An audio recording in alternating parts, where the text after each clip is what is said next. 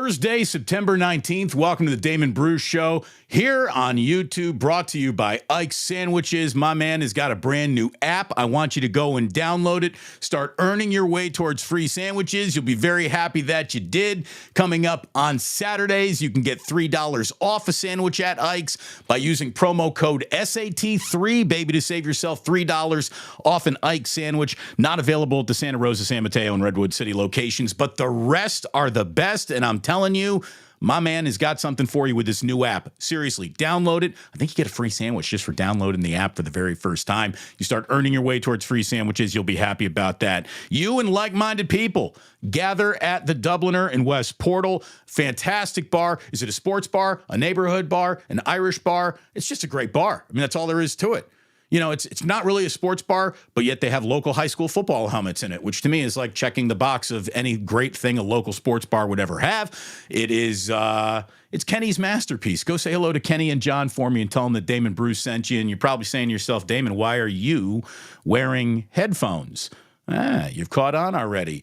Well, it's going to be a run-heavy game plan, you would think, going into Los Angeles. It feels like the 49ers are catching the Rams at the right time. I bet you the Rams would feel the exact same way that they're catching the 49ers at the right time. No Debo, no Christian McCaffrey, a little confidence maybe shaken coming out of a loss in Minnesota, which still has some people scratching their heads. How did that happen? To get back into that, to look forward, to talk about this year, I'm very happy to bring in Jason Aponte, who is one of those 49er YouTube guys that a year ago I didn't know about. But thanks to the miracle that is YouTube, you get to meet people, you get to watch people's work. Let me tell you, Jason's pretty good. I recognize his name right away because he's written for Niner Nation in the past. He does the Sprint Right Option podcast with Andrew Pasquarini, and it's really nice to finally have you on the show, Jason. I asked you a couple weeks ago. I'm glad that we could put it together. How are you? Oh, I'm great, Damon. Thank you for the invite. I'm just happy that we can talk football with a fellow Hoosier. Oh, wait a minute. A fellow Hoosier? Correct. So I didn't go to Indiana, but my father did. My father went to Indiana for a year when he was stationed in the Air Force around out there. And that's kind of the connection that got me to being a 49ers fan, because that skinny guy wearing number 3 was at Notre Dame, and he got to go watch him play. And he said, wherever he's going, I'm going to follow him. So. Well, I like that. So your dad laid down the groundwork. It is great to, you know, even though that's a little Notre Dame-y for me down in Bloomington, it is good to have anyone with an Indiana tie at all, for sure. And it's great to have you here, Jason. You do good work. You really, really do. Thank you. And let's just talk about the stress that it's so unnecessary. It feels like the 49ers baked a cake of unnecessary stress into their offseason with the whole Ayuk situation, the Trent Williams situations, and not being able to resolve those situations. You know, it didn't rear its head in week 1, but I felt it absolutely reared its head in week 2. Ayuk is still probably, hopefully not, a week or 2 away from looking like Brandon Ayuk again, because they need him this Sunday. You know, the big man, the silverback gorilla, you know, it's hard to count him out. There are a lot of footage. There's a lot of footage of him having a good game in Minnesota, but he also made some mistakes you don't normally see out of Big Trent. So as you look at the Niners through 2 weeks, what are you most concerned about? Is there anything you were concerned about that you're now less concerned about? Give a little State of the Union, Jason Aponte. What are you thinking? I think, again, when you look at the way that Kyle Shanahan and this team has come out of the gates, outside of 2019 and last season, when they just run through everybody being undefeated, they have these little hiccups. They have these little hiccup games, and they always seem to be the same type of losses, mistake-filled, miscommunications, and things like that. So I think this will be over magnified because of the offseason stuff, but this is par for the course. I mean, when you look at 2021 and 2022, I mean, for God's sakes, they lose to Colt McCoy in Arizona. They lose 4 straight games that season. There's always 2 or 3 losses that you really can't figure out when you look at the schedule and say, how could they lose to that team? But when you play a game like that, you're not going to beat anyone. I am not overly concerned at all. And I think that there's a lot of credit that needs to be given to the Minnesota Vikings, who gave the 49ers fits in terms of the way that they mixed up their coverages. By the way, the number 3 highest team in terms of variable in coverages, and number 2, I believe, in 2 high safety looks, which has been a huge talking point this morning. I can't even believe that we're going to this point where let's outlaw that because we need more offense. No, like you just have to make an adjustment. I'm not overly Right. concerned. Two weeks of defense in the NFL being the story, and you got people like, oh, well, what do we need to change rules? Do we need to go back into the? No, you don't. No, you don't. You need better practice. You need better offensive linemen, and you got to have a coach who can figure out how to beat two high safeties, for goodness sakes. Yeah, and that's the thing is you're going into 2 weeks of it that with the limited preseason, you have extended preseason that you see fall over into the regular season. Week 1's always a wonky week. Week 2 still feels like an extension of that, but you have to give credit to the Minnesota Vikings and what they were able to do and how they were able to disguise things. Kept Brock Purdy holding the ball just for an extra second, which was allowing their guys to make plays. I think, again, there's a way to give credit to the Vikings while also saying the 49ers shot themselves in the foot many times. And I think that's what's not really got me overly concerned because all these things are correctable. You know, I just look at the Niners and I ask myself, what's the biggest headache? Year in, year out, week in, week out. I was talking about this with Larry Krueger on the Wake Up Show that we're hosting 3 times a week, Monday, Wednesdays, and Fridays too. I've never seen a high school football team have more trouble finding a kid who can field a punt. College teams don't have this much trouble finding someone to just take punts, man. What do? I return punts. Well, do you really return them or do you just fair catch them? I just fair catch them. That's I mean, like, or how about this? How about you put nobody back there and let the ball just fall to its can't hurt you, might bounce a little further, but just why is it Mount Everest to return a punt for the San Francisco 49ers? I don't get it. I think it's a collective special teams thing as well too. Like it's not just that. I mean, you see the block punt in here as well too. Obviously, you go back to the Super Bowl, and then if you want to go a little bit further back, you start to think about, the New York Giants NFC Championship game and that type of stuff. It's been an issue as long as Kyle Shanahan's been here for special teams, and it's been different coordinators, different players. I don't have an answer for it. All I know is it's a problem, and it has been a problem, and you can see it. So I think if you get a guy who can just field the punt and then that's it, it's tough, but there's a bigger special teams issue going on with this team, and it's years of sample size. This isn't a 2-week thing. Oh, I thought you were going to go with more than you're right. That's the thing. This isn't just like, oh, scoring's down in 2 weeks. What do we do? This is like a 7-year conversation. You can even say it predates Kyle Shanahan in some ways. It's some franchises just have like built-in blind spots.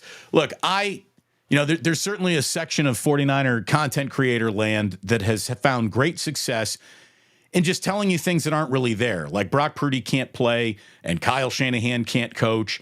And to me, that's absolutely ridiculous. I mean, look around football and tell me these guys aren't good at what they do. They're very, very good at what they do. The only thing they're guilty of is not winning a Super Bowl. And that's a pretty tough, there's a lot of coaches guilty of that crime, right? There's a lot of football quarterbacks who are guilty of not winning a Super Bowl. But as close as they've come, the frustration is obviously there. There's an impatient fan base, and they've been good enough to do it. They just keep running into a team that goes into the time capsule. And that to me is the Kansas City Chiefs. I mean, we are living in the Kansas City Chiefs era. And unfortunately for Kyle Shanahan and this version of the 49ers, he is too. Unfortunately, that's what you literally took the words out of my mouth, Damon. Look, how many Super Bowls did Tom Brady win and victimize other teams, including Andy Reid when he was an Eagle? I think, again, everyone wants the 49ers to do something that almost nobody has been able to do since Mahomes has taken over. There's only been 2 quarterbacks who have been able to beat Patrick Mahomes and the Chiefs, and that's Joe Burrow and Tom Brady. And Tom Brady did it in the AFC Championship in his last season, or his next to last season with the Patriots, and then in the Super Bowl when the Kansas City Chiefs had no offensive line, and then obviously Joe Burrow in the year that they lose to the Rams. It is something that is frustrating because while everybody's upset with what Deebo Samuel said about best team, the best team doesn't always win. But I'll tell you this, the team with the best quarterback has a chance to win every single time with that play caller. And I think that's the part that it's like, man, it's hard to get mad because nobody's beating Patrick Mahomes. How many teams does he victimize? How many teams do we watch him play against and a team has a lead with 25 seconds left, like the Buffalo Bills, and you're like, oh, it's over, it's done. And They find a way to get it done. We're just living in the era of Mahomes, much like the Brady era. Just Tom Brady never victimized the 49ers. It's been Patrick Mahomes against the Niners. I don't like, unnecessary complaints. And there's a lot of people who don't even know what they should be complaining about. But I think when it comes to what Kyle Shanahan and company in the regime could maybe get a little bit better at. And maybe this goes back to, Guerrero getting one carry and then vanishing from the game plan. What would Jacob Cowing's week 3 look like without the Debo injury, which makes Kyle probably have to think, I need Cowing more than I might have after he had, the bobbled punt. This team, Kyle Shanahan, I think, needs to have more courage in the convictions of the choices that he makes. And I'm talking about with players. He falls out of love with players a little bit too early, or it takes him too long to fall in love with players. Like this Jordan Mason was maybe sitting on your bench all last year, and you ran you ran Christian McCaffrey so down to a nub that it's even affecting this season. It really is. Christian McCaffrey's injury, calf, Achilles, these things are cumulative. It's not like he just totally hurt himself in practice and was. There's something from last year, I think, baked into the current McCaffrey injury and the overuse that he got. I would love to see this team, Jacob Cowing needs to be in patterns, not just standing on the sideline holding a helmet waiting to field a punt. He's got to get involved in this offense, and I just think that Shanahan needs to take the players that he went about choosing and turn to them. I mean, go. He's so busy waiting for perfect. I think he lets pretty good pass him by a little bit too often. Yeah, and I think it just boils down to trust, and almost like Meet the Parents. When you're in the circle, you're in, because even when you're in the circle and you make a mistake, you don't get banished. And I think we saw that a little bit with Brandon Ayuk. I think a lot of people will point to Dante Pettis kind of falling out of favor, even though they went up and they wanted to get him. I completely agree with you with Jacob Cowing, especially now in week 3 now with Deebo Samuel not there. You have your X receiver, which is Ayuk, and Shanahan's best offenses with Andre Johnson and Julio Jones and Brandon Ayuk, those three, those have been the most efficient offenses when you have an X receiver who can get himself open. Jacob Cowing offers you reliability at the Z and the slot. I just think, again, it's trust. It's who do you trust, and do you trust a little too much at certain times, where I have this guy in the circle of trust, and I do trust him, and almost nothing that he can do is wrong. But once someone else does something wrong, then it's all right, I can't even go to you anymore. So it's kind of interesting. I don't know the inner workings or the dynamics of why this decision is made or anything like that. And obviously, if you had your way, you would like for the rookie to ease himself in and be, but I think right now you have to try to get him involved in this game. And I think you can get him involved in similar ways like Deebo Samuel, like we saw in the preseason game against the Saints, where, you try to end around, or you try to throw, some bubble screens to him. Yeah, I absolutely 100% agree. I just think it's a little bit of stubbornness and just a little bit of lack of trust. And I don't know what goes into that. And I thought the funniest thing is my biggest complaint with Kyle Shanahan is his lack of fourth downs attempts. And then he goes for it a bunch of times against Minnesota. And I'm like, there it is, coach. Even if the result's not good, it didn't end well, right? Obviously, you have the play at the goal line. Right. That's what I want to see. I don't need you to go Dan Campbell on us and go for it every fourth down. But when your offense is rolling, you really have a chance to slow things down and knock people out. And instead of letting them linger by taking 3 points, I always wanted Kyle to do that. So I like the process. The result wasn't what you wanted, but I'd love to see him go for it more. That's my complaint. Yeah, more aggression on fourth down in the right situations is absolutely something this team should lead the NFL, I would think, in. And when it comes to, I got one play for 4th and short in any moment on the field that I think is going to pop, that's Kyle, right? Isn't that why he's here? Isn't that how you get your offensive genius card? At any point, at any time, I can get you three yards just with some coaching. And I would like to see that aggressive style, I think, adopted more. I think we're going to see it. I absolutely think that you can't survive the modern NFL without embracing that. So I do think it's going to happen. What are you worried about going into Los Angeles? I got a funny theory here. I'd feel better about this game if the Rams were 1-1. But they're not. They're 0-2. And 0-2 is as desperate as football teams get. I think Sean McVay is going to try to steal a possession. I think he's going to run a fake punt maybe in this game. Sean McVay should be coaching for the Rams season right now in this game. And that's what that has me a little bit worried. Look, the Rams are averaging 15 points per game. They're very unbalanced. All they do is throw the ball. They're banged up. We know that. They don't have a defensive identity, and their offensive identity, not named their quarterback, is out of the game. Cooper Kupp ain't playing. So there's a lot I like about the Niners going into this matchup. But what I don't like is how desperate the Rams are to win. Yeah, the wounded animal, right? Like, and I think Sean McVay is the perfect coach to try to navigate this, because he'll work on a game plan all week to get everyone involved, and the familiarity of both, right? And I think we heard Kyle Shanahan talk about this in a press conference about, what are the looks that the Rams are going to give you. By the way, if for anybody who's nervous, the Rams are at the bottom of the league in too high safety looks. So don't get too scared about that. Not to have to change the rules for this game. Right. But he did mention, he said, yeah, Raheem Morris isn't there anymore. He goes, but they run a lot of the same looks and everything as well too. No matter what, division games are going to get wonky. They're going to get weird. And if there is a coach who can make a game like this look a little bit closer, it is Sean McVay. I mean, I think back to week 2 last season, we're thinking about the Rams after the 49ers absolutely boat raced the Steelers. And I feel like all of us were saying, I don't know how the Rams are going to stick in this one and stay in this game. And that game went all the way to the fourth quarter until the Diamador Lenore interception. Now, obviously, they didn't have Cooper Kupp in that game. Kyron Williams was kind of starting. But if there's a coach to get this really close in this game, make this game weird, put some pressure on the 49ers to have to make a throw, make a play, it's going to be Sean McVay. And I think that's why I regard him very highly, because of what he's able to do with less at times. No doubt about it. I mean, that guy, here's the thing. He's one of those, you give me a quarterback who can execute my vision.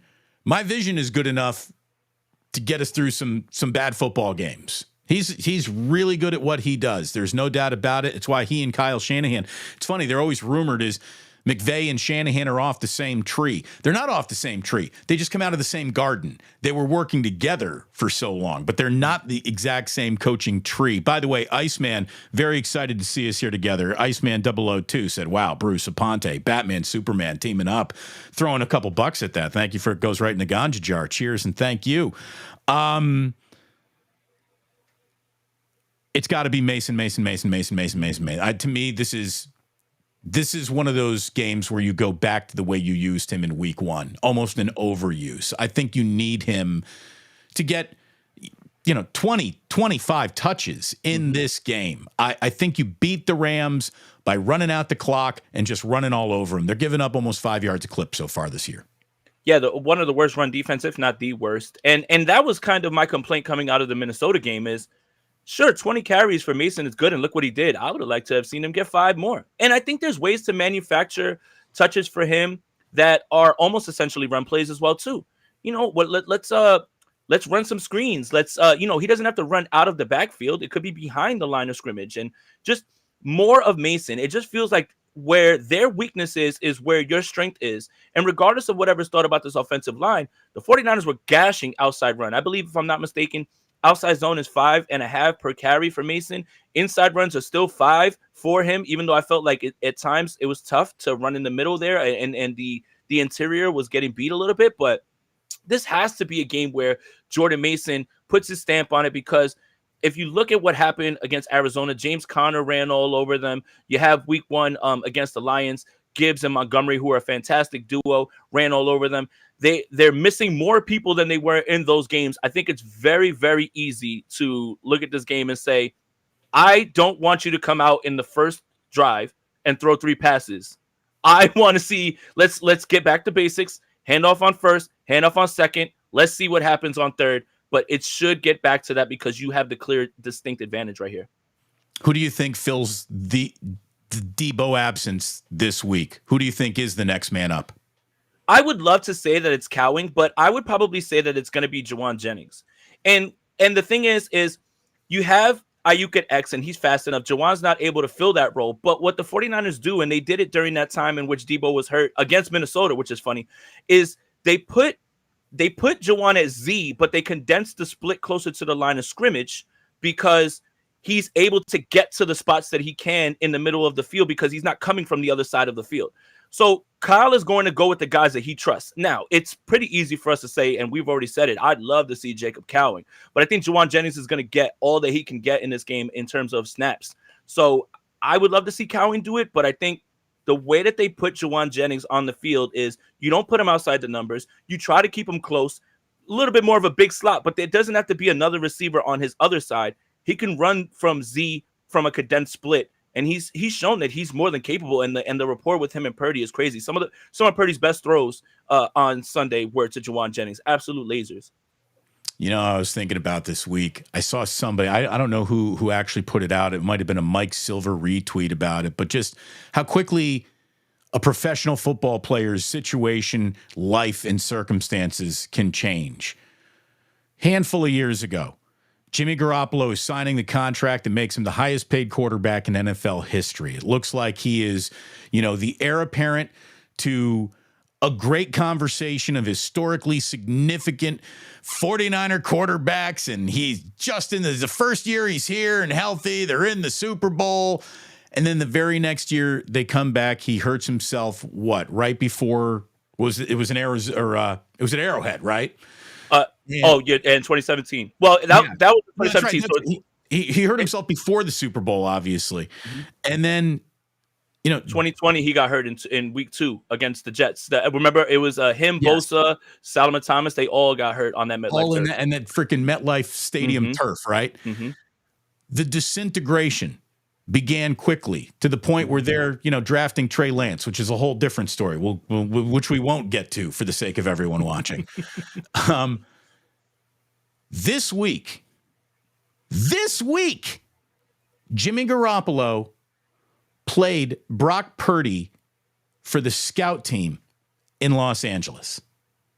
Who would have ever thought that the closest Jimmy Garoppolo would be to the 49ers offense in 2024 was when he was masquerading as Brock Purdy in a practice for the LA Rams? Things can change quickly in this league, man. Yeah, and I don't think anybody would have saw that coming. I mean, when you go through the timeline with Jimmy Garoppolo, you make the Super Bowl, you feel like you came a few plays away from it. Fine, Tom Brady says, "Hey, I'd love to come there," and Jimmy says, and Kyle says, "No, we don't want to pay you all that. We'll stick with Jimmy." The trickle down effect, the butterfly effect, right? All of this is interesting. But yeah, Jimmy Garoppolo's career is one that should be studied. The backup to Tom Brady, the heir apparent. Obviously we heard that Bill Belichick wanted to trade Brady and keep Jimmy. Big Eastern Illinois fan. That's pretty funny. And then they send him. He kind of spites the Patriots by sending him to the Niners. And then 2017, he runs off those 5 games. They sign him to the largest contract in NFL history at that point. 2018, unfortunately, the ACL. 2019, they make the Super Bowl. 2020, injury. And then it felt like Kyle has said, okay, I think I need a little bit more here, which leads him to trade all those picks up to try to get Trey Lance. And then what I think happened, Jay, not to cut you off, but what I think happened is Patrick Mahomes made everybody in the NFL crazy. Yes, absolutely. One guy on the block pulled up in a Rolls Royce, and everybody on the block said, "Well, I want a Rolls Royce too." They're not easy to come across. You're lucky when you get a Rolls Royce. 100%. And I think that's what it is the idea that I need a guy who's big, strong, fast, can throw everything, right? There's a little bit more to quarterbacking than that, especially within a system, and I think you find that out pretty quickly. And now look, Jimmy leaves and then he goes to the Raiders. Obviously things don't work out there. And now he's with the Rams. It's just your time in this league is short. Your time in this league is limited. And that's why they call it not for long. But yeah, the Jimmy Garoppolo story is something that should be studied. Maybe needs a 30 for 30 at this point. 100%. I need the Jimmy Garoppolo off the field story as well. That might actually be more interesting and involve more play action than his on field career, if you know what I mean. I think you know exactly what I mean. Yes. Yes. I know that you're based in Jersey, which is, of course, why you're so you get triggered by Garoppolo injuries at MetLife Stadium and Bosa and Thomas all going down in that game. Were you at that game? No, remember it's during COVID, so it was an empty stadium. Yeah, so I'm sitting in the house star for 49ers football. We get 49ers football first play of that game. Raheem Mostert takes it 78 yards for a touchdown, and we're like, ha ha, this is gonna be easy. And Sam Darnold was the quarterback, and Frank Gore was the running back. And then all of a sudden, Jimmy hurts his ankle, and then Bosa gets carted off, and then Thomas gets carted off, and I'm like, all right, I'm just not having a good time anymore. So yeah, I was triggered in my house. I'll tell you that. Are you going to be making it to the West Coast? Because I do know what you and we were talking earlier. You and Steph made it to the Combine, so you were back in Indiana for the Combine. Are you coming out to the West Coast for any games this year? Yeah, I'm really thinking about the Cowboys game, although that would force me to take out a loan with a bank. Yes, you need in terms of mortgage there for that one. That would be a really good one. But usually because I believe I went last year against Tampa Bay, and that was a really great game. That's the Purdy to Ayuk down the field. I'm really looking at kind of Tampa because it's a little bit closer, and I feel like that's going to be a good game. I think the Bucs are somebody that everybody's kind of overlooking right now. They're 2-0. So yeah, I would love to. I would love to go to the Cowboys game because I have a deep rooted hatred for the Dallas Cowboys, and I need to watch them get blitzed in person. Where did it start? Where did the Cowboys touch you? How did it start? You know where it did. I mean, I would Steve Young gets stopped over and over and over. I mean, it was tough to take. I mean, literally the Super Bowl every single year would be the NFC Championship. And then it's just my God, man. I couldn't deal with it. When the 49ers finally broke through, and I was 11 in 1995 of January, or 10, because I would turn 11 that year. When I saw Steve Young running around the field, I had no worries that the 49ers were going to absolutely blitz the San Diego Chargers, because that was the Super Bowl and it was always them. And then unfortunately, Dion leaves and goes there and they do it again. And it's just, there are a lot of Cowboys fans in Jersey that still come to me and say, well, we've won a Super Bowl more recently than you have. And it just that's a trigger. Like, that's when the vein starts popping in my head, because I'm just like, you can't even beat the 49ers right now. Every time we play you, we either just beat you or we destroy you. But yeah, they still have that on us at least. It's a bad matchup for them, and we'll see it a little bit later on this year. As a matter of fact, I got a little more on that game later on in the show. It is poorly timed for Bay Area sports fans. There is a massive other thing to do going on during the 49ers and Cowboys game that we'll get to a little bit later. But I got to tell you, Jason, like, I found you doing videos. I think the very first time I saw you was with Steph Sanchez doing a couple of shorts together. How did that collaboration come about? And then tell me, how was she tapped to do the 49ers schedule release video? So initially, and this was during COVID as well too, I started writing for 49ers Web Zone and started doing some film breakdowns on there and contributing in that way. And a friend of mine decided to start another 49ers website, but he collected all of the content creators that he felt were doing something very well. So we all wrote, right? And that's how I met Steph. Steph was brought on. It was supposed to be an umbrella of articles and podcasts, everything. And that's how we met. And the relationship just took off from there. Like, she's such a good friend. As good as she is as an analyst, she's a better friend. And as far as the Nick Bosa thing, so we were at the Combine, and the real part of the Combine is, you can go to the workouts. That's cool. I can watch that on TV. The real Combine is in the press conferences where you get to speak to the coaches, and the nightlife where everybody's out. You could be at a steakhouse and Mike McDaniel could walk right past you, or Von Miller, or a lot of players. So we go to one of the three spots that almost every NFL GM coach here are, and there's a back area. So you're at St. Elmo's. Yeah. Oh well. Speaking of money, and you got to take out, I couldn't make it there, but it was just another place where there's like a back area. So me and Steph, we go and we say, hey, do you want to do a lap to see who's here? Because like the table across from us, like Sean Payton and a bunch of other coaches. So we walk to the back, and there's John Lynch and Adam Peters, and Steph says, I don't know. I was like, man, I'm outgoing. I don't care. I'm going to put my best foot forward. I'm going to try to speak. The worst he could say is, hey, not now. So it's like, excuse me, John, my name's Jason. I asked you a question at the press conference, shakes my hand. He almost like just looks right past me and sees Steph and goes, oh my God, the Nick Bosa impression. And he's like, AP, he's calling over Adam Peters. He's like, it's Bosa's impression. And they're all like in awe of her. And then John Lynch takes out his phone, makes Steph Sanchez do the Bosa impression, sends it right to Bosa from the phone. She's like, hey, Nick, she was like, I got somebody here who wants to talk to you. That's where it started. And then they thought it was a really great idea to bring her on for the schedule release. Couldn't be more proud of her, man. She deserves it. Great entertainer, great analyst, great friend. That's great. That's great. I love it. I love that YouTube has allowed people to get closer to the teams, and the teams get closer to people at the same time too. It's good stuff. It really is. Jason, thank you so much. Tell me what you got coming up for Niners News, what your podcast is working on, where people can find it, download it. Please plug away. Thank you, Damon, for having me. It's an absolute pleasure and a blast, man. So yeah, Niners Nation, I'm going to write about where the 49ers are ranked right now in offensive line. So that should be coming out in a little while. Tonight, or in a little while, about 3 hours, State of the Franchise with Brad Graham. And as always, Mondays and Fridays, Sprint Right Option with Andrew Pasquini, and the YouTube channel, you guys, it's daily content. So yeah. Awesome stuff, man. Keep it up. Keep up the great work. And thanks so much for coming on. I really appreciate it. I'm like the new guy in the game. So thanks very much for being a part of the new guys thing. I appreciate it. And let's definitely check in a couple weeks and do this again, see where the Niners are. I think they're about to have a very good football season, but it's been anything other than a very good start to it. That's for sure.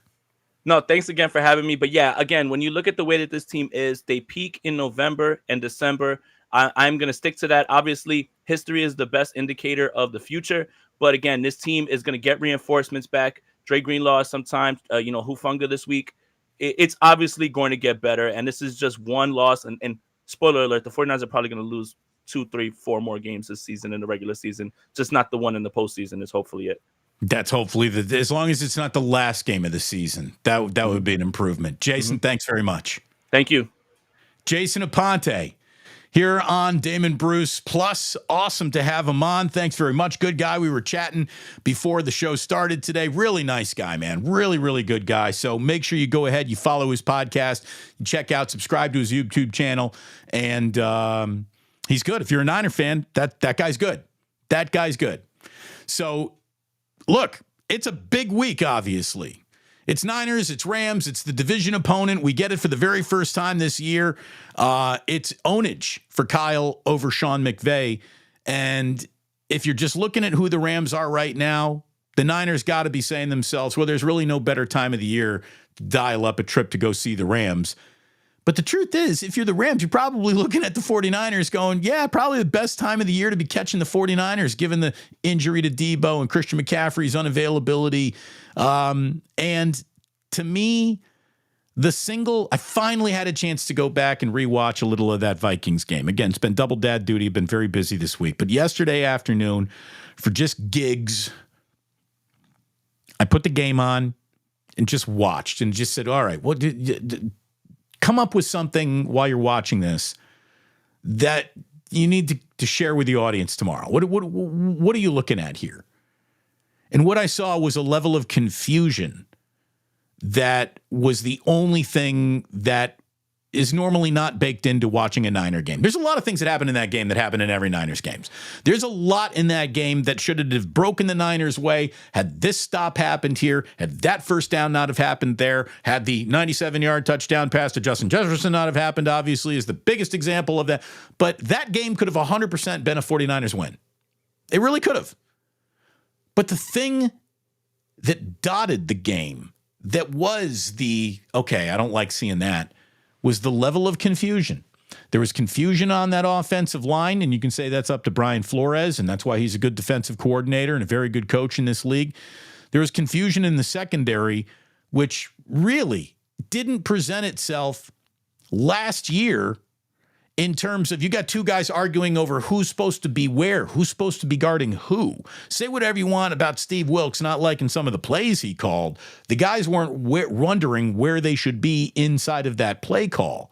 To see Lenore and Mooney Ward get confused and turned around and do so much talking and hand talking to each other, It just didn't look normal. And Brandon Staley was brought in as this, Svengali to help Nick Sorensen through his first defensive coordinator season. But Brandon Staley is the guy who has spent an awful lot of time imprinting the wisdom, the how-to into these defensive backs. And it didn't show up in Minnesota, that was for sure. So no Cooper Kupp, no Puka Nacua. By default, there's no Justin Jefferson playing for the Rams either. This has to be a Niner win. There's not a lot of must-wins in week 3. And this isn't a must-win from you're disqualified from the postseason should you not win, or now you can't. But this is one of those games that good teams are going to handle their business. And I think the 49ers are a good team. And they even depleted at two positions. They have to go look like themselves. And I think they're built to do it. I really do. I think they are. They better damn well be. The Rams are averaging 15 points per game right now. Second worst rushing attack in football. That feels like an offense that you can drill down on and keep them under 17 points while you accidentally roll into 17 points offensively. So, Niners better get it done. I noticed this with Debo, no Christian McCaffrey. They're still one of the biggest numbers on the board, right? The Debo dropping out of this game didn't make Vegas rethink how it should play out, how it should end. So, what I want is a little calming down of Niners fans because people started clutching their pearls a little bit earlier than anybody expected this year. Calm down. Uncle Damon giving you some good advice here. Calm down just a little bit. Again, good advice. Go to Ike's for lunch. Go grab a beer at the Dublin or West Portal in San Francisco. But when it comes to showing up at a coach's house to bother them or harass them, don't do that. And that's our next story here today. Have you seen this? This is on ESPN right now, that Dan Campbell had to move from the home that he lived in Bloomfield Hills, Michigan, because of Jackass fans showing up. Now, I'm sure some Jackass fans showed up to do supportive, we love you, Dan things, but even that is unwelcome at home. There are other fans who, whenever the Lions would lose, including the NFC title game, would be standing in front of Dan Campbell's driveway, standing in front of his house. And that is just a level of you are too involved for anyone's good. Look, it's awesome that you love football. It's awesome that you love football. I love that you love football. You love that you love football. I'm sure Dan Campbell loves the fact you love the Lions and you love football. But what no one could ever love is someone who is not attached but for rooting for this team showing up at my home. Could you imagine? Could you imagine having a job that was so needed for other people's happiness that when you have a bad day, they show up at your house? I mean, who are these people? How poorly were you raised by your father if you're the young man who's showing up in front of people's houses to say, I didn't enjoy the football game that I watched today? You are unhinged. You should be put in jail for a month to let you know that this is unacceptable behavior and your behavior needs to change. My man Jack, my 5-year-old, has not been listening at kindergarten. We've had a couple of nights in a row of texts from teachers saying Jack is having trouble listening in school. We have been talking to Jack about this all week. Last night, Jack, for the first time in his life, was sent to bed kind of without supper. I gave him a little something to eat. But it was a night where you're not in the living room watching TV. You need to be in your room thinking about the choices you made that brought you to this room. At no point in time was Jack's teacher standing on my driveway going, your kid is not listening at school. Your kid's not listening in school. And that's the thing. Like, there is a relationship between Jack and his teacher that is actually happening. There is only an imaginary relationship between you and the football team that you root for.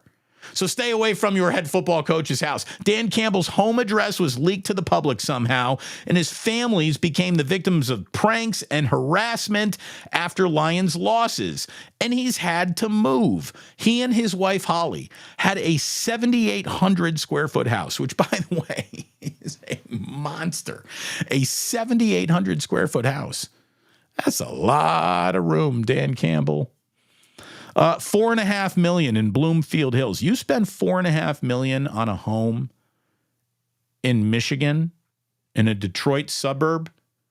You are living like your daddy owns Cadillac.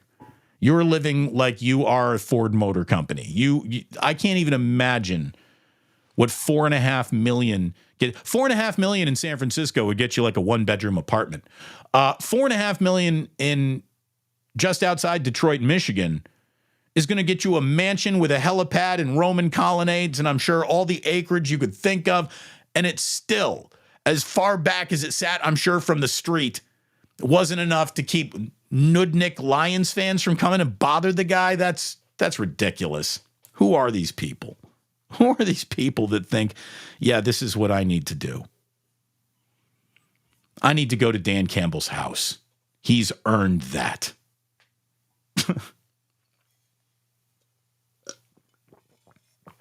Cheers. By the way, we're on water here. I drank all my coffee early this morning. I was up early. Got a busy afternoon. Thanks so much to Jason Aponte for joining me, by the way. Thanks yesterday to Kirk Morrison. I hope you really enjoyed that. That was great catching up with him. And by the way, Kirk Morrison is not going to like this next bit of news because he will feel the conflict that you're about to maybe hear for the first time. I don't know if you realize this. I just realized it today. I was doing a little schedule looking, little looky-looing coming up, okay, when's Warriors home opener? When's this game around Halloween? I got kids with Halloween. You got kids with Halloween. It doesn't mean Halloween is just on one night. There's going to be a neighborhood Halloween party. There's going to be school Halloween parties. There will be friend Halloween parties. Then there will be actual Halloween. So I'm looking at the days that I need open and reserved, and I can't do this, can't do that. The schedule fills up quickly once we get to this portion of the fall. Halloween rolls right into Thanksgiving, rolls right into Christmas, rolls right into, oh my God, it's next year already. So a lot goes on, especially when you're the parents of, 2 young boys. Anyway, looking at the schedule, I saw this. This made me really excited because I love football and I could talk about football every single day. I'm all done talking about baseball. I don't think there's really much to talk about. Farhan needs to be let go of. It feels like holding on to him would be ceremonial at best. It's time for the Giants to move on, and obviously the A's are their own moving on to somewhere else story that no one even wants to talk about anymore. So I'm done with baseball. I'm done. I might not even talk about the World Series as it's happening. That's a lie. I'll watch the World Series, of course. 34 days until the Warriors season. 34 days until Warriors basketball is back. That's a month plus. That's fine. I can do that. I can definitely just talk about football for a month until basketball gets here. But one of our best friends ever, the NBA, is going to be coming back. And one of our absolute most adored athletes of all time in the Bay Area, Steph Curry, going to be back at it. Fresh dangling Olympic gold medal right off of his neck. This is a team that just has to play defense and tread a little water until they get to the what might they trade for portion of this season, which I'm sure will generate a ton of conversation, and who shouldn't they give up? And again, I'm a basketball junkie. I can't wait for hoops to be back. We are 34 days until the Warriors season opener. Their first game is in Portland on Wednesday, October 23rd. Their second game is a fucking disaster. You know what is the biggest thing in the world Niners Cowboys. Niners Cowboys is one of the very few things that officially like, oh, Steph Curry's playing tonight? Who gives a shit? Niners Cowboys. The Warriors home opener is Sunday, October 27th against the Clippers. And I, like the rest of you, won't be watching a lick of that game because that game starts at 5:30. But unfortunately, 49ers Cowboys starts the exact same time, like 5:20.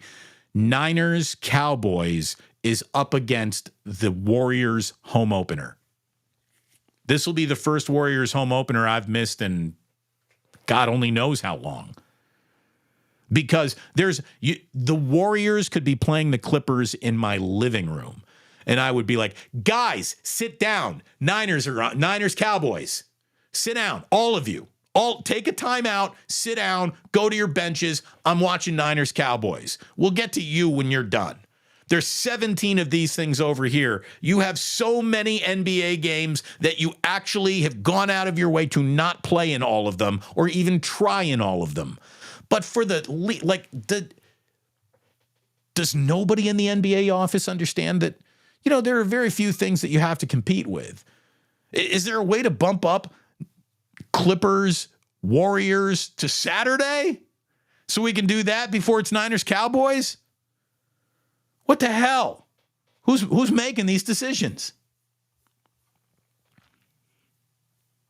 I see we got an awful lot going on here in the chat. Fantastic. We are going to have ourselves a Club Pluce today. It's been a while. By the way, I can take these off now. I can take these off. There we go. Don't need any of that. Let's get the hair back to life. There's hat head and there's headphone hair.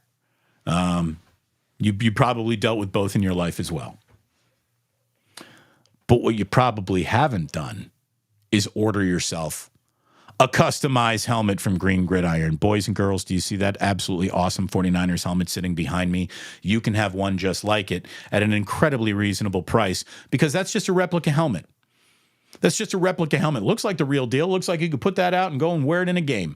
But that's a replica helmet, which right now on Green Gridiron, which if you look right now at the description of this video in its live stream, there's a link to Green Gridiron. Go ahead and check out their helmets and use promo code Bruce, whether it be for a mini helmet, which are great stocking stuffers for the upcoming holidays, for an actual helmet that you can put behind you in your bookcase, on your desk at work. Pretty cool helmets. And then if you want a full-on, that is a football helmet that you could wear in a football game, they got all that too. Whether it be college, pro, the alternate logos and helmets that you think are hard to come by, Green Gridiron has it because they will make it for you. And they also have an unbelievable customizable helmet department where they'll take your brand, your logo, and fashion it into a football helmet. Which brings me to this. Here we go. They said, Damon, we don't want you to look. We don't want you to check anything out. Just give us some specs for the helmet, and we are going to build you a Damon Bruce Show helmet. Are you ready? I have not seen this. I haven't even seen pictures of this. All I know, the only thing I told them was this is my logo. Work off of this. Anything you do beyond this, they're like, hey, what color face mask do you want? I said, whatever you think would look better behind me on the shelf. You guys are the experts. What color shield do you want? I said, whatever you guys think would look better, you do it. You're the experts. I've never seen this. Our second unboxing video, baby. Here we go. Are you ready? Are you ready? Let's have a look. I cut it open, but I haven't looked inside. And when you do look inside, oh, this is awesome. Hold on. Let me get the bubbles off. Let me get the bubbles off. Look at this beauty.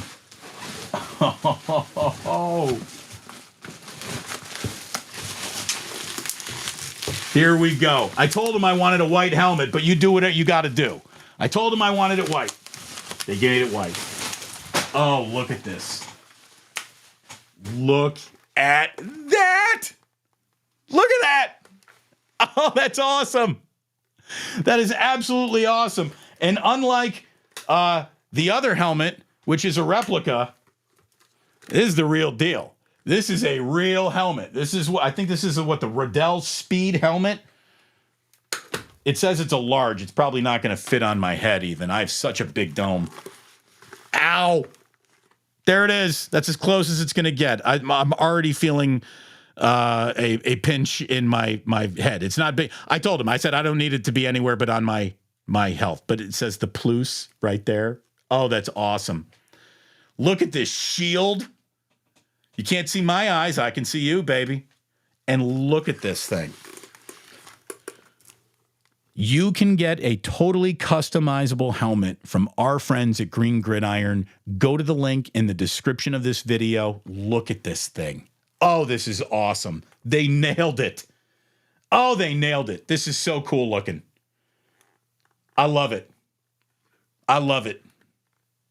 Awesome. A+. A+. I need a football team. If Jed York wants to sell, I need a football team. This is so cool. I got to find out where this is going to go. By the way, so this is a real helmet. You can wear this in a game today. This is a helmet. This was expensive. But totally worth it. Totally worth it. This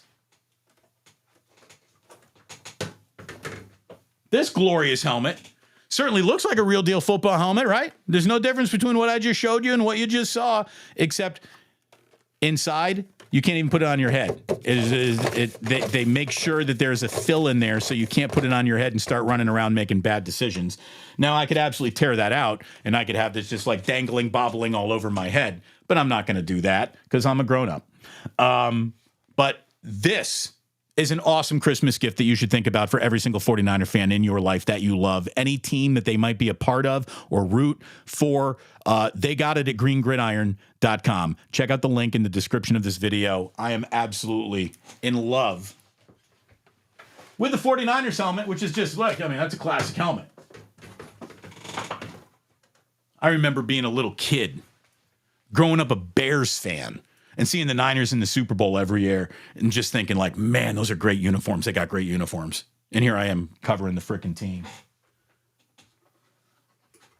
I don't think I've seen a greater football helmet in my life than this. This is just awesome. This is awesome. Oh my God. Oh, I love it. The kids. Jack is going to like this. I hope Jack has a good day at school today, because if he has to go straight to his room and he can't see this thing, he's going to be upset. Oh, look, they even got the Damon Bruce Plus sticker on the back. Oh, and they gave me helmet stickers. I got helmet stickers. 10K. When we get to 30,000 subscribers, another helmet sticker's going on. I love it. Love it. Thank you, guys. Great job. Green Gridiron. Check them out in the description of this video. The helmet is hot fire. I may have to bring that helmet to the next Pluce gathering. You guys ready to get into a little Club Pluce today? I'm fired up. I'm feeling good about it. Let me give you one more thing before we go, because you need your history lesson. You need your history lesson the day. I need to give it to you. I feel like I missed my calling. I could have been a teacher. I could have been a history teacher. I would have wanted to be a history teacher if I had to go into teaching. History would have been my jam. The first birthday I have to tell you about born today is I just don't get it. I don't get it. I think I like my comedy with more teeth to it. I like it a little meaner. He never made me laugh once on Saturday Night Live as a cast member. He never made me laugh once as a host of Weekend Update, where he was just so casual and just like always laughing at his own jokes. And he was always breaking in Saturday Night Live skits, which is kind of funny if it happens only once or twice. But if it's your defining feature of being in a skit, it means you're not very good at this. And I certainly never know why they tapped him to host the Tonight Show. But happy birthday. Having said all that, Jimmy Fallon. Jimmy Fallon turns 50 today. Jimmy Fallon is 50 years old. I don't get it. It's not my cup of tea, but obviously that guy appeals to so many more people than I ever will in my life. He has a broad appeal that I don't relate to, can't understand, but happy birthday, Jimmy Fallon, 50 years old. Another absolute, I don't get that, because, again, I like him. I like him a little curvy, and she was the opposite of curvy, and she still is. She's still with us. She's 75 years old today, born in 1949. The British fashion model Twiggy was born. Google Twiggy. Google Twiggy. You tell me that is, she's very beautiful in the face, but she lived up to the Twiggy reputation. It's like a toothpick. Okay. Times have changed. Today in 2011, we had a significant happening in Major League Baseball. Mariano Rivera registered his record-setting 602nd career save, which broke the record when he retired with 652 saves. That is a record that still stands today. Mariano Rivera is probably the only pitcher who wasn't a starting pitcher who 100% belongs in the greatest pitchers of all time conversation. That's how good Mariano Rivera was, and what was stunning is he basically did it with one pitch, the cutter that no one could touch. He was special. He really, really was. There are two big television events that happened today on September 19th. The first was in 1994. It was the debut of ER. I was never a big ER guy, but I won't even begin to debate that wasn't one of the biggest television shows of my lifetime. ER was a freaking monster when that thing came out. It made Anthony Edwards, it gave him some traction and brought him back into the good graces after Revenge of the Nerds, which is by the movie. I love Revenge of the Nerds, and being a card-carrying lover of the movie Revenge of the Nerds, I'll be the first to tell you that movie does not age well at all. And not just because they're like installing cameras into the girls' dorm. Like, that's the least offensive, does not age well element of that movie. A lot of that movie does not age well. Still a great movie. But Anthony Edwards got back into good graces. And of course, George Clooney went from, the handsome guy on Roseanne, or the dude who used to be on didn't he used to date Blair on Facts of Life? George Clooney was the handsome boyfriend who would walk on to the set of a sitcom to play the role of the handsome boyfriend, and then he was never thought of again. He was just a face, right? George Clooney gets on ER, and he becomes a global icon because of that show. That's how big that was. Today, speaking of big shows, today. Oh, I forgot to write I forgot to write the date down, but I wrote the show down. Also debuting, might have been in 1970. It might have been the number. The very first episode of the Mary Tyler Moore Show. Now, why would I tell you about the Mary Tyler Moore Show? Well, number one, it involved a news operation. She was working in a news operation, and so it was a funny behind-the-scenes kind of TV show. There were a lot of great characters on that show. I know this is a little Damon, how old are you type of question, but Mary Tyler Moore was a funny show, legitimately, and it was groundbreaking because the Mary Tyler Moore Show was like, and I really mean this, the very first time a woman was presented on television independent of being a mom, a girlfriend, a wife, a mother. Mary Tyler Moore is the very first time a single independent working woman was on television. The show's plotline never involved her chasing dudes, looking for love, trying to find the man to make her whole life. Like, the women's lib movement got an awful lot out of Mary Tyler Moore. She was one of the first female characters in the history of television that wasn't defined by the husband, the boyfriend, the children. She was a single working woman, which in 1970 was holy shit. And look how far we've come, baby. So there you go. I guess the last thing before we get into Club Pluce today to tell you about is today. We're going to go way back for this one. Today in 1783, The Montgolfier brothers sent aloft a balloon with a rooster, a duck, and a sheep aboard. And that apparently was a moment that rapidly advanced French aeronautics. I would not have read you that, but for the fact I think we all agreed that this year's Olympic torch is kind of a disappointment, right? Like, I like a big burning cauldron over the athletes at the stadium. They did this balloon lift torch, which now I understand. That balloon was supposed to represent the balloon that arose with the rooster, the duck, and the sheep aboard, which, again, they say rapidly advanced French aeronautics. You realize that what French guy was like, oh, mon Dieu, like we have a rooster, a duck, and a sheep, and we can lift them, and this is good for our flight. So there you go. Okay. I'm not the one making it up. 1783, big day in aeronautics, a duck, a sheep, and a rooster went up in a balloon in Paris. I wonder if we should have had more ducks, sheeps, and roosters involved in this year's Olympics. We certainly had the balloon. I think that's about it for today's show, boys and girls. Again, support the product by supporting me with likes and subscribes. Thank you very, very much for doing that. You want to become a member? Certainly appreciate anyone who joins this channel as a member. Really, really appreciate it. Take care of those who take care of me, starting with Green Gridiron. If this helmet doesn't send you running to the website, nothing will. Look at how awesome this is. It is so cool. So cool.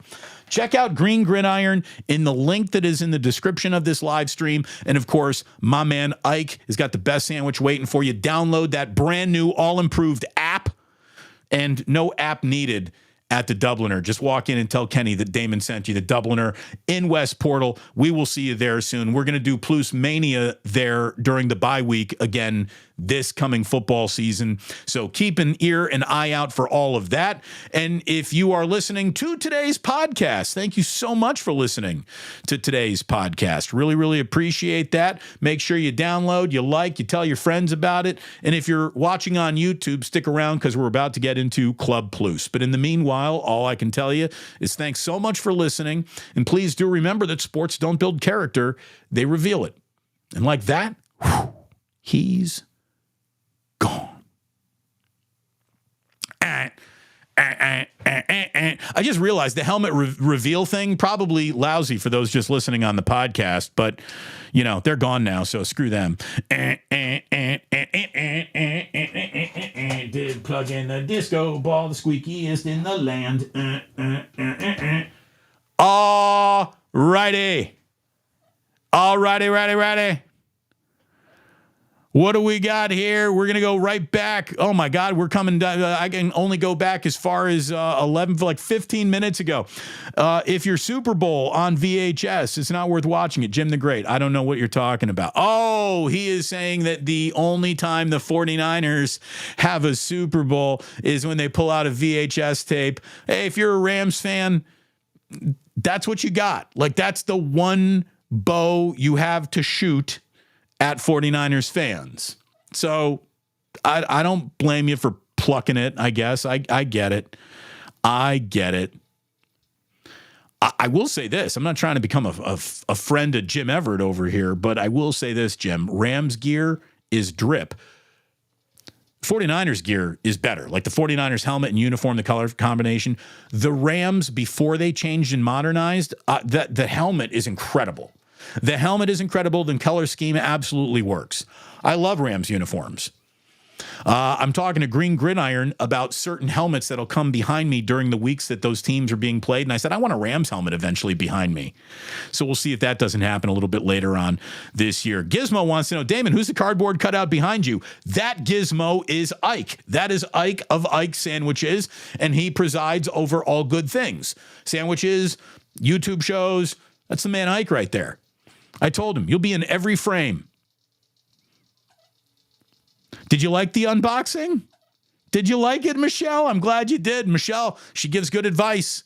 Michelle said, when you are in Pasadena, go to Der Wolf for Der Breakfast. You will eat Der Food. And I did. And it was Der Good. It was really good. Best chili Achilles I think I've ever had. Normally, so if you, chili Achilles are like, that's a hard breakfast to nail because it's all about timing. You want those chips just soaked enough to not be crispy, but not so soaked they're not crunchy. You want a crunchy chilaquiles, but you don't want them to be crispy, and you certainly don't want them to be soggy.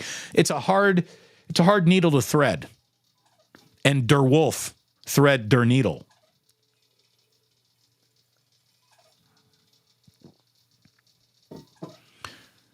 We had people arguing about system quarterbacks. Every system quarterback is a system. Jacob Gordon had to dumb fuck somebody, but you are right about that observation. Observation. Mark Graves said, green gridiron mini helmets are awesome. Got mine last Sunday. Thank you, Mark. That's great. I'm glad that you bought a mini helmet. I'm telling you, mini helmets for the season. Mini helmets for a football season. Next time you want to, okay, so we're going to buy the kids something. What should you do? Get them every helmet in the NFC West. Get that kid every single helmet in the NFC West and have them stacked according to their division standings. It's great. You are right, Mike. Green gridiron gives great helmet. They sure do. I don't know where I'm going to put it. Where does this go on the shelf? Let me just do a little measuring right here. What do you think? Does it go up here? Does it go down here? Does it go over there? I don't know. Up there in that corner? This corner? Maybe replacing the Pluce sign? I feel like I might have to replace the Pluce sign. After all, look, it says the Pluce right there. I love that they put on 2 helmet stickers. I wish they would have let me put them on, though. I would have made that a little bit more uniform up the middle. But we'll see if I can take... No, I'm not going to peel it off. Anyway, love this. Love this. It's great. Fat man in a little helmet. Fat man in a little helmet. That'll be behind me for tomorrow's show. Like, that's badass, isn't it? That is badass. Oh, Damon. Football Bane? Are you a part of the initiated, do you think? Maybe. Damon, the helmet's fire. Totally. Damon, lightheaded. Yes. We got the Terror Dome saying that's a hot helmet. Thank you very much, Terror Dome. That is a hot helmet. I like it. I like that orange too. It is. It's kind of Halloween colors. It's funny. Gizmo asked the question, how expensive? Well, this is where I'm going to direct you towards the website because this is a styled out, customized helmet that drifted, I will say this drifted north of $400. That's nowhere even near $400. Nowhere even close. And the mini helmets don't even break 60, I don't think. So go ahead and check it out. And what I want you to do is use promo code Bruce when you check out, and you will save money.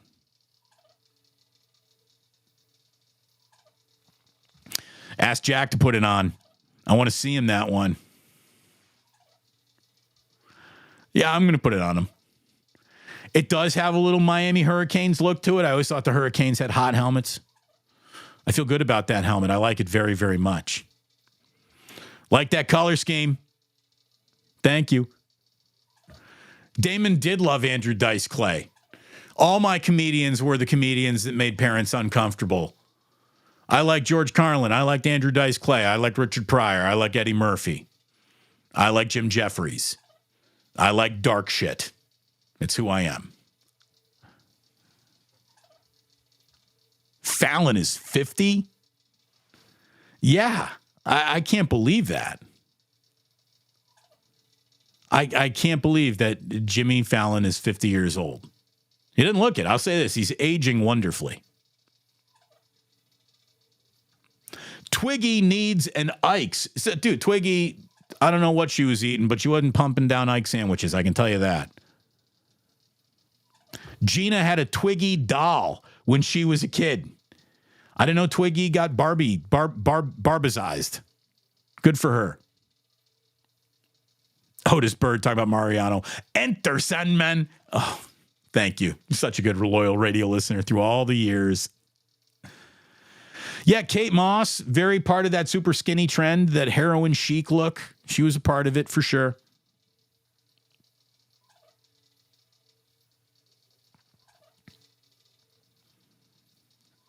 Chef A.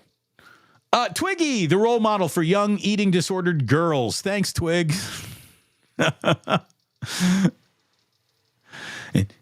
Yeah. Flip the switch. It's actually, Greg, I believe it's hit the switch when you're checking into the Hotel Coral Essex. Hit the switch. George Clooney started ER. Well, no, that wasn't his first job in TV. Thank you very much. Johnny F. Groove. We've got Bush. That's Revenge of the Nerds 2. So is the other. Flippity switch.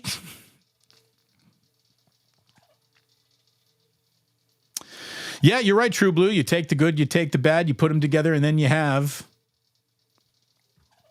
Lou Grant. Lou Grant was incredible. Mary Tyler Moore Show.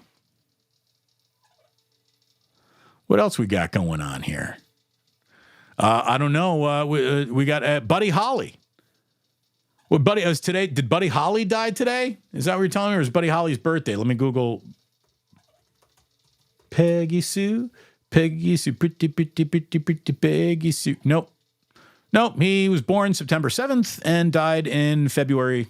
So got nothing to do with it. But nothing wrong with Buddy Holly. This was about Mary Tyler Moore. She had spunk. Yes, she did. She had spunk. She has a Browns downtown statue in Minneapolis. This is probably, it probably helped the Vikings to that win over the 49ers. Ted Knight was the man. You're right. Ted Knight was great, Sporticus. Mike Antics, just enjoying things. Thank you very much, Mike. I appreciate that very much.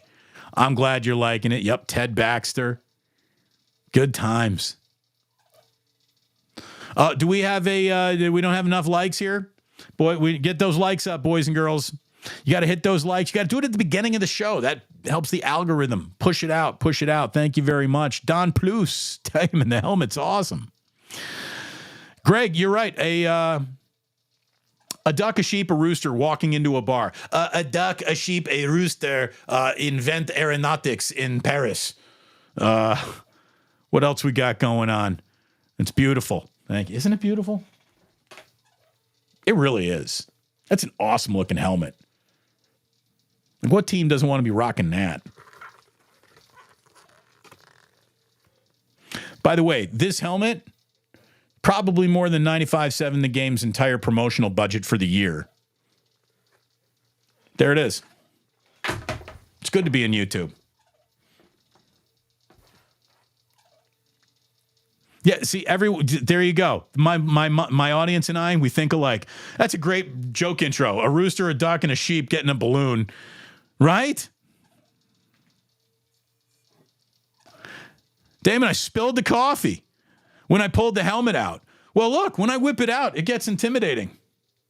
The helmet, that is. Squeaky disco ball. Everybody likes a squeaky disco ball. Damon, I could hear your theme music when you held up the helmet. Nice work. Which theme music? The new theme music for the channel, or is it the old Jenny Was a Friend of Mine? Oh, God, I miss that. We do. We be clubbing. We don't be clubbing as much as we used to, but that's what makes clubbing special. Again, if a party that happens every night isn't really a party that happens any night. It's just there all the time. So you got to be able to know when to take back. Less is more situation. Craig's Kitchen says, I just went and bought a mini helmet. Thank you very much, Craig's. Thank you very much. Hope you use that link on my in the description of this video, and I hope that you use the promo code Bruce when you check out. Thanks again to Jason Aponte. I love this duo. Orlando Sanchez, thank you. I really liked having Jason on today, too. He's good. He's good. He's the right combination of I know what I'm talking about. I'm not going to get too overly breathless as a fan and a fan. I really like the job that he does. It's why I had him on. Dear Wolf, Damon, now a former location of the former location of the Los Angeles 49ers club. Oh, was it? I had no idea. Maybe that's why Habes the Babes knows about it. Maybe that's what brought Michelle in all those years ago. She's like, by the way, they do nail the chili Achilles. Yes, they do. They absolutely do. Look at the Casa Sanchez Gueros chips. Oh, I need to know more about those, I guess. Yeah, Damon, replace the Pluce sign or put it next to the Pluce sign. It really is the new and improved Pluce sign. Yeah, I'm kind of thinking the same thing too. I mean, I always hear this. Beautiful helmet, man. Thank you, Niners Red Zone. Thank you very much. The helmet's fire. The helmet's fire. Again, the show's fire today in Ireland. Hello, Padraig. So good to see you, my lad. Thank you for being here. If I had the helmet, I'd definitely be passing candy out with that thing on this year. Maybe I do have to greet people with the helmet. Damon, you should get yourself a Jerry Rice Breathe Right nose strip to go along with a helmet. By the way, is there anything that ever looked, the minute you saw the first one of those, you're like, that doesn't work. That's bullshit. That's got the Breathe Right strip. That's bullshit. That doesn't work. I'm sure Jerry got paid an awful lot of money to start wearing those stupid things. Damon, the helmet's legit. Texas Niner, thank you. I think it is too. I like that an awful lot. You know, this could be a good idea. Tell Jack he gets to wear the helmet whenever he behaves with his teachers. Mark, we're looking for little carrots and incentives. Maybe that's it. Greg wants to, Damon, Bill Cosby too. Hey, Bill Cosby, right up until we found out he was a rapist, was great, wasn't he? Kind of like Puff Daddy, right? Right? Like Puff Daddy having sex with models was really, really good, and it made for great rap songs right up until you found out that he might have been drugging for it and paying everything, and that means no one ever really wanted to have sex with him naturally, which means he's not cool, which means he's not Puff Daddy, and thank God Biggie is already dead and doesn't have to deal with any of this bullshit.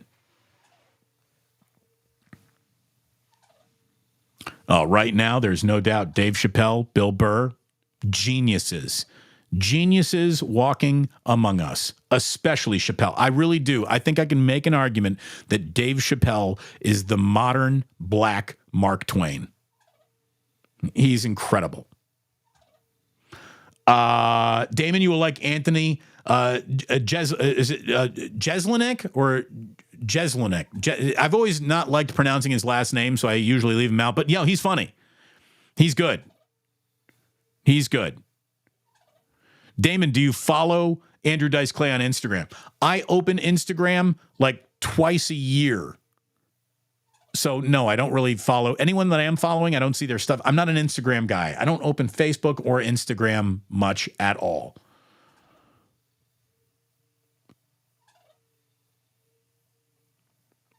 Skinny models. Damon, the Skeletor look. Not good. Calvin Klein. The heroin ads. Yeah. Yeah, that was a thing. It's when anorexia was so fab.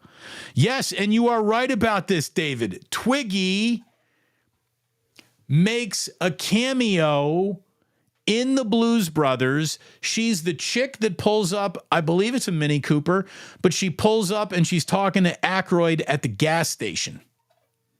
That is Twiggy. You're right about that.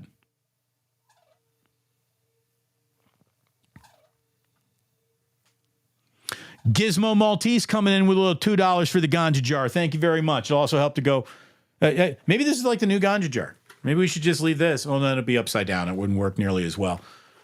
Not to mention JJ Raider. JJ Raider gets a place of honor behind me forever. As generous with the ganja jar as JJ Raider's been.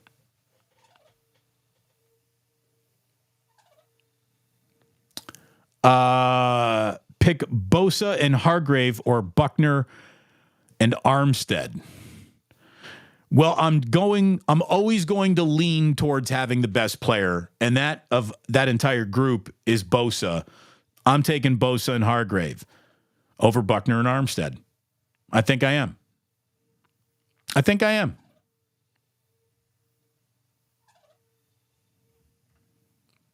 Betty White, also on Mary Tyler Moore. Oh, wait a minute. The Buddy Holly song, just like Mary Tyler Moore. Oh, now I get it. Now I see the Matrix. Thank you. Remember, he had a stroke. Sometimes it takes a while to catch up. There you go. Smiley Damon. Sounds like a Weezer song. Ooh, hoo, hoo, Buddy Holly, and you're Mary Tyler Moore. That was kind of a genius video, right? Back when videos were a thing. That was all about the, Artie's Diner on Happy Days. The Hash Pipe. That was another Weezer. By the way, everyone's worst nightmare. Oh, Damon, shots fired. Oh, look, I didn't fire the shot. They did when they had to lay me off because they didn't have money to afford anything anymore. Anyways, everyone's worst nightmare. I did go on Instagram yesterday. I did not see whatever special message you had just waiting for me. You got to identify yourself as who you are, who your name is. I'm sorry. I totally missed it. Totally missed it. I tried, though. Seriously, yesterday was the first time I opened up Instagram in probably 6 months.